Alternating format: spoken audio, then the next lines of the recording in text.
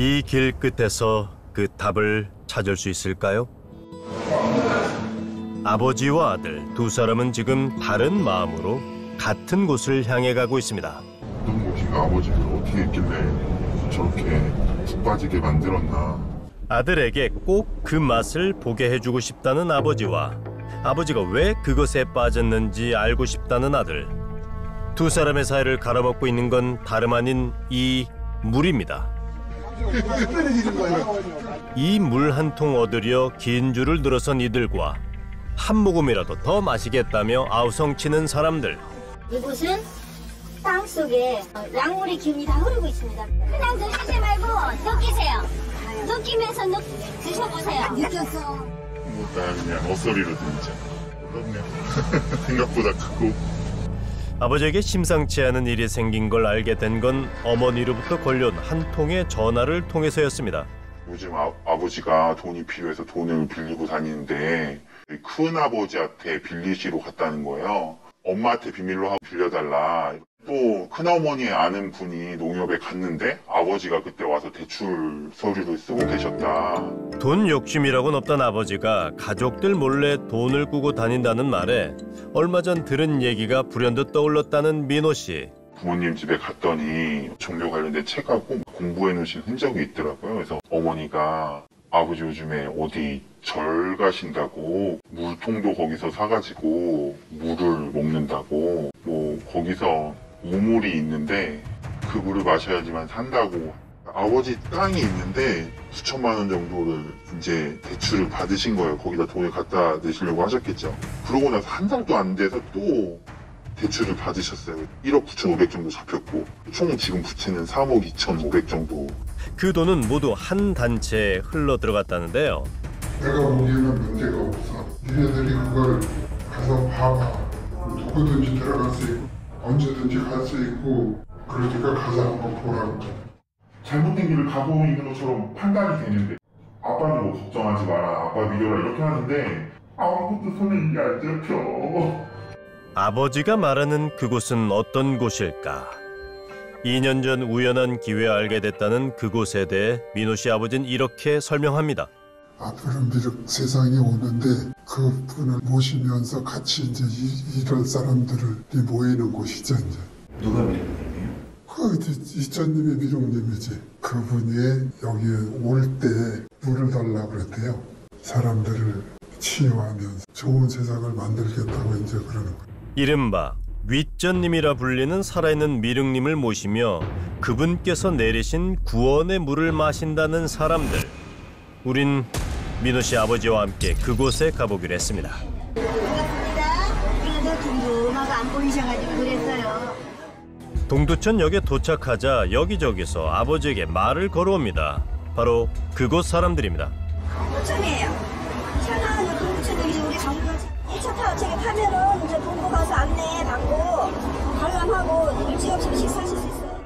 약 40여 분간을 달려 도착한 곳은 경기도 포천. 널찍한 부지 한가운데 우뚝 솟은 거대한 석상이 눈에 띕니다. 이게 뭐예요? 부지 주인이시죠. 부지의 주인. 네, 옆에 머리가 기시죠. 여자분이세요. 얼핏 보기엔 그저 잘 꾸며놓은 절같이 보이지만 이곳에서 모시는 대상은 미륵님과 어떤 가문의 조상들이라고 했습니다. 조상님들을 이끌고 가시는 신명계 계신 분들이죠. 임씨세요, 저분들. 임씨로부터 이 모든 시가 시작이 됐어요. 종교단체는 아니라고 강조했지만 신명계 운운하는 이들. 우리가 찾아간 그날은 마침 한 달에 한 번뿐이라는 특별한 법회가 열리는 날. 순간 모두 자리에서 일어서는가 싶더니 한복을 입은 여인이 모습을 드러냅니다. 이쪽에 말씀 보시겠습니다. 바로 살아있는 미륵이라고 했던 그 윗전님입니다. 근데 제가 왜 여러분을 만나냐? 그냥 1시간 보너스를 주려고. 보너스를 준 거죠? 네. 공짜로 좋잖아 봐. 아닌가? 이 세상을 구원하기 위해 하늘에서 생명수를 가지고 이 땅에 오셨다는 미륵. 그분의 영험함이 담긴 거룩한 물을 마시기 위해 신도들은 법당에서 차로 40분 거리에 있는 연천군으로 이동했습니다. 여기 있는 것이 앞에는 용출수 물이 되겠습니다. 그럼 1번 물은 어디에 있냐면요. 저 위에 보면은 이렇게 파란색으로 덮여있는 우물이 있습니다. 이곳에는 생명수, 활명수, 용출수라는 이름을 가진 3개의 우물물이 있는데 그중 제일은 생명수인 1번 물이라고 했습니다. 하지만 현재 나가는 약물은 2번하고 3번만 나가고 있어요. 그리고 1번 물은 지금 숙성 중이십니다. 왜냐면은 앞으로 급박한테 쓰시기 위해서 현재 2번 물과 3번 물만 시음이 가능한데 개인의 건강 상태에 따라 처방되는 물이 다르다고 합니다. 우리 정회원들한테는 화요일날 병명을 넣고 나는 어떠한 병이 있습니다. 약물을 먹고 싶습니다라면 저희가 돈을 받지 않고 약물을 그냥 나가게 됩니다. 병명은 왜 넣는 거예요? 병명이 없이는 저희가 어떻게 약물을 드립니다. 그렇죠? 누가 처방을 해준다는 거예요? 우리 약사 보시는 분 계세요. 저희는 그냥 아무런 부서에서 그냥 무조건 하는 게 아니고 그 부서에 모든 책임자가 있어요. 허리 디스크가 있는데 디스크도 나와요? 낫냐고 묻지 마시고 믿으시고 드셔보세요. 믿고 마시기만 하면 놀라운 효험을 보여줄 것이라는 영험한 물. 대체 이 말을 어떻게 받아들여야 할까요? 물 맛이 어떠세요? 좋네요. 근데 일반 물로 조금 다른 것 같으네. 정이 나는데 그냥 약물이나 하고 먹으니까 그러지. 우린 그 물의 성분을 직접 확인해 보기로 했습니다. 물을 받기 위해선 몇 가지 거쳐야 할 과정이 있었는데요. 먼저 윗전과 그녀의 아들의 사진 앞에 절을 한 뒤 물의 효능에 대해 설명을 듣게 됩니다.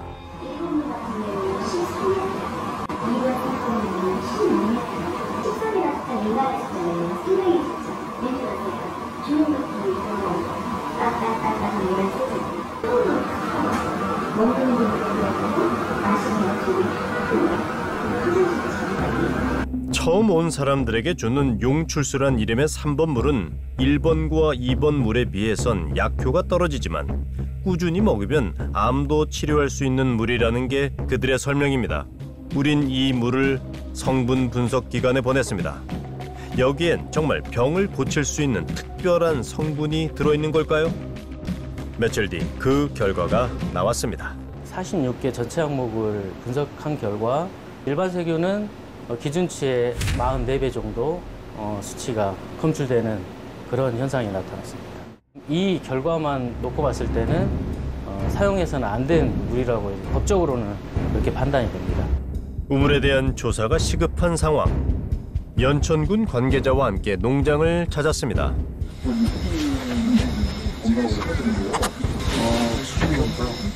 수질 검사를 한 번도 안 하신 거예요?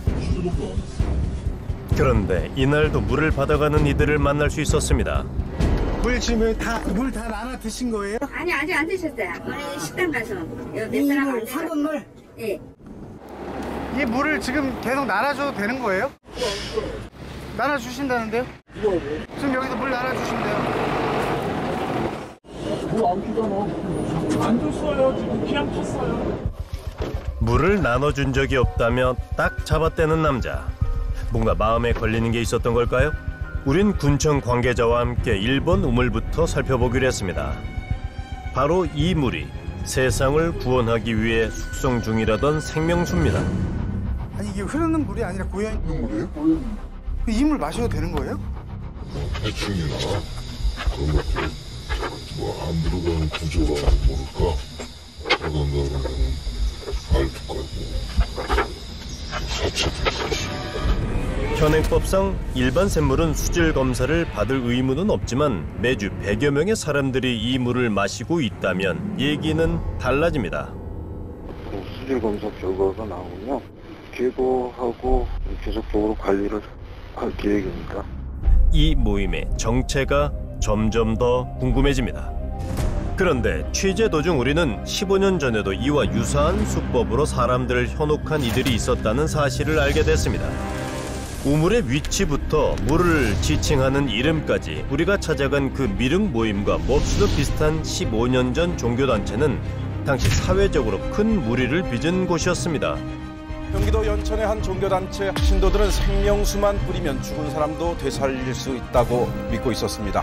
생명수로 죽은 사람을 부활시킨다던 그들은 죽은 이의 몸에 물을 바르며 시신을 방치하는 엽기적인 행각도 벌였다는데요. 내가 내 남편 죽이러 타니까 아무 소리 말고 갈 사이입니다. 예? 안 가면 내가 틀릴 겁니다. 정성금이라는 명목으로 신도들에게서 거액을 받아낸 혐의로 구속된 15년 전 교주의 이름은 송모 씨.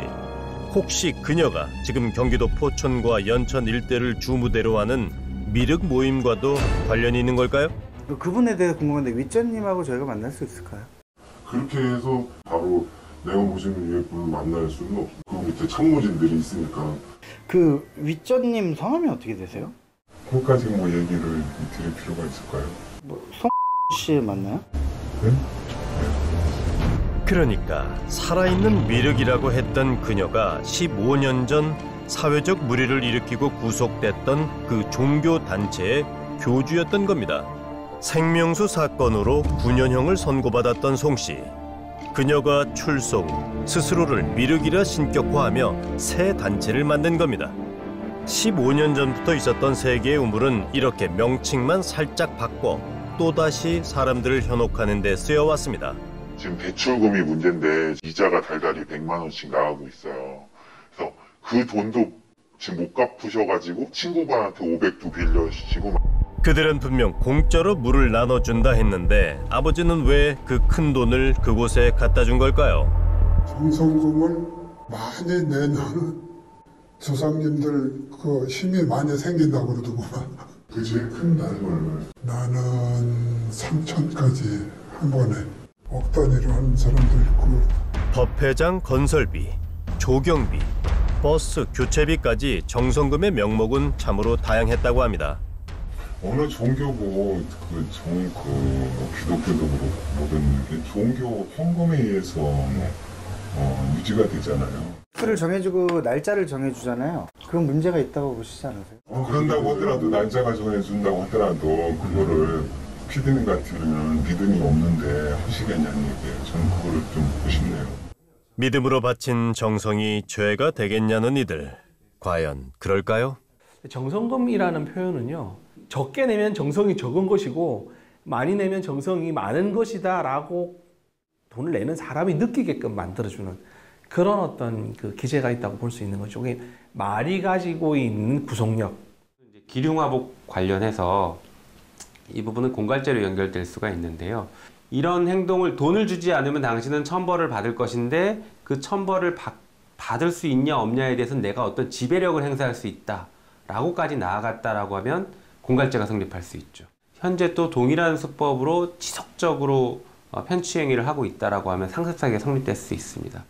우린 민호 씨 아버지에게 이 모든 사실을 전하기로 했습니다. 우린 그런 거는 몰랐지.